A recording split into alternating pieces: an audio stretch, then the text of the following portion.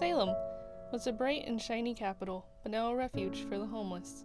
In this video, we will be looking into the treatment of homeless people in downtown Salem from the perspective of those living on the streets and those that aren't.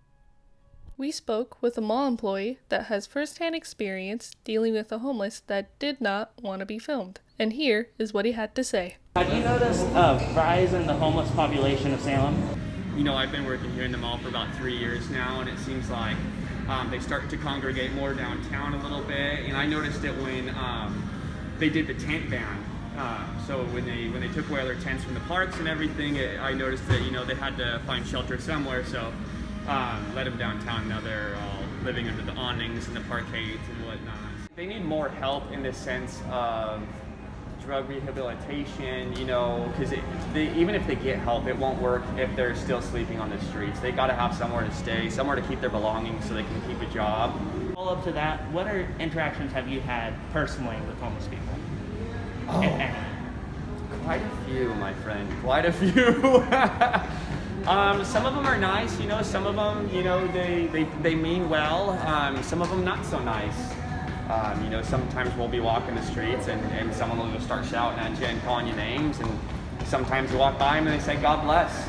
Kind of the luck of the draw these days on what you're getting, Sometimes they are a little intimidating, they'll be carrying sticks around, sometimes weapons. I had an incident with a gentleman this morning. I don't know if he was homeless, but he had a hatchet on him, and he got very aggressive this morning, and ended up getting escorted out of the mall, and he actually got arrested over there on the corner. His bike's still sitting over there, actually, I can see. So there are some that are very dangerous downtown, but I do think our officers are doing a great job. I mean, they reported to that one very quickly. So yeah, I would say some pleasant, some not so much. We asked a homeless man who would like to stay anonymous what he would like to see from the community later that day. So what do you wish people, like the general community, knew or considered about people who are homeless? That not all homeless they see are the same. There is big differences within the homeless community.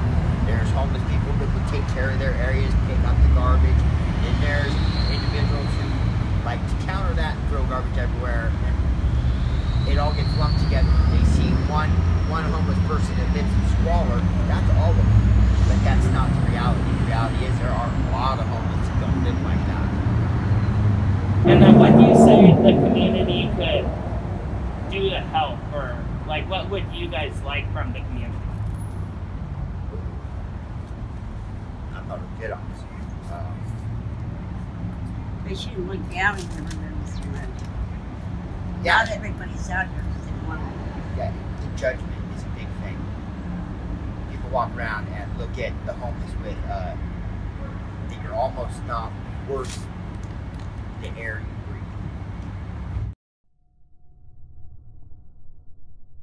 We found what the homeless call the line right around the corner. Let's listen as our interviewer Sebastian speaks to Veronica, who lives there. And then how long have you been in this type of situation? Most of my life. I run away from home because I've been raped for most of my life. How often do you have to move locations? Pretty much every night. Every night? How do you feel the community should help you? The community doesn't need to help me. I need to help the community. How do you want to help the community then? You said that you feel that you should contribute back. How do you feel you can help?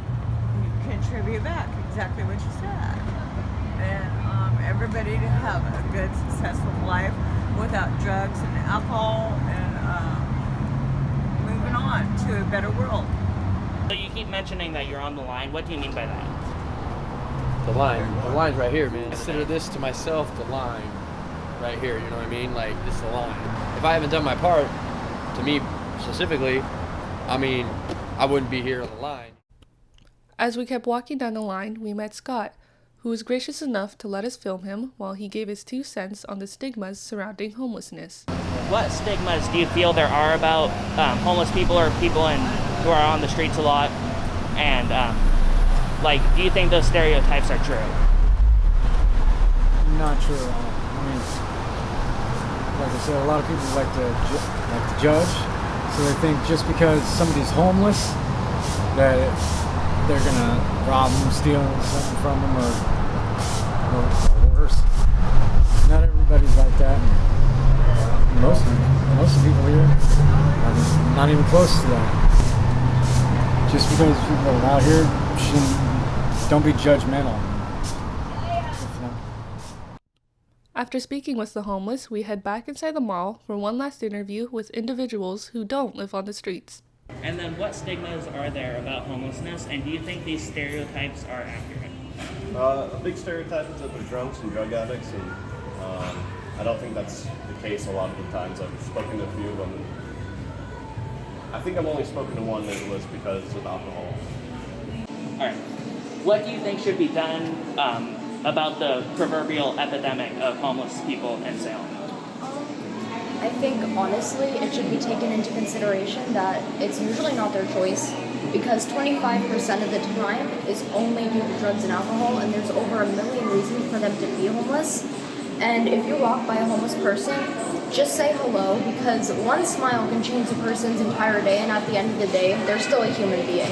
Yeah, and too many times I've seen situations where they're homeless because they just went through a divorce or something, and what they don't expect is that it costs a lot of money, and so they can't afford it, and that's what happens. So I don't know what to help, but I think that there's a lot more that we could be doing. One thing I did appreciate, because I've been homeless at times in my life when I was younger, is I don't know what they're called, but they had buildings that were obviously dispensaries for food, where you could go and get food for free, and they would have for each person a paper bag, and that would have enough food for a couple of days. And I think that they should bring that back, or make it more abundant, especially in More accessible. especially in places like Portland and Salem. And while we were roaming downtown, Danny was at the Union Gospel Mission interviewing Scott Quackenbush, aka Papa Quack, who works in the donation section of UGM. Let's hear his perspective. Have you noticed a rise in the Portland area or Salem area about homelessness? Oh, well, yes, over the last 10 years that I've worked in this industry, Right. the volume has just increased, or the concentration of the people have migrated to these areas. Right. But it's all up and down the West Coast. And it's tragic because it impacts our whole community in so many different ways. Right. Yeah. What are small and major ways other people can help? Volunteering. If you've got an opportunity to spend some hours and time and you have particular skill sets, we can plug you into a lot of different places. This place runs on volunteerism. I mean, we do have staff, but it's a skeleton staff. It actually validates in our own self as an employee the value of what we're doing. You can help the homeless by volunteering or donating to the Arches program, as they provide a multitude of services such as shelter, permanent housing, and food. You can donate and volunteer at mwvcaa.org.